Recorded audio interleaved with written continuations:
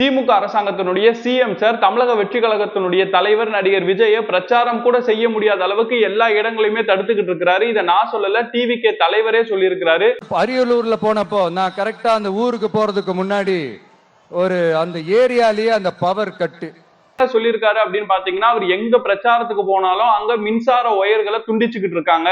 அதே நேரம் நான் எங்க பிரச்சாரத்துக்கு போனாலும் அங்க ஸ்பீக்கர் கட் பண்ணி இருக்கிறாங்க அப்படின்னு சொல்லிட்டு ஒரு குற்றச்சாட்டை முன் வச்சிருந்தாரு. இந்த இடத்துல நடிகர் விஜய் சொல்றது உண்மையா அப்படின்னு பாத்தீங்கன்னா இது பச்சை பொய். ஏன்னு சொன்னா, என்னோட கையில இருக்கிற இந்த லெட்டர் பேடை உங்களுக்கு நான் டிஸ்பிளேல காட்டுறேன். இதுல என்ன இருக்கு அப்படின்னு சொன்னா, இந்த ஒரு லெட்டர் பேட் யாருடையதுன்னா சுகுமார் அப்படின்னு சொல்லக்கூடியவர். இவர் நாகை மாவட்டத்தினுடைய கழக செயலாளரா இருக்கிறாரு, தமிழக வெற்றி கழகத்தினுடைய கட்சியினுடைய.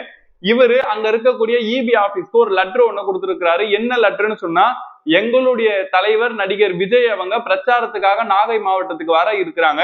அதனால அவருடைய பாதுகாப்புக்காகவும் அங்க கூடக்கூடிய மக்களுடைய பாதுகாப்புக்காகவும் நீங்க அந்த இடத்துல மின் தடையை ஏற்படுத்தி கொடுங்க அப்படின்னு சொல்லிட்டு ஒரு கோரிக்கை கடிதத்தை அங்க இருக்கக்கூடிய மின் பொறியாளர் அலுவலகத்துக்கு அவரே தன்னுடைய கைப்பட தன்னுடைய லெட்டர் பேட்ல எழுதி கொடுத்திருக்கிறாரு.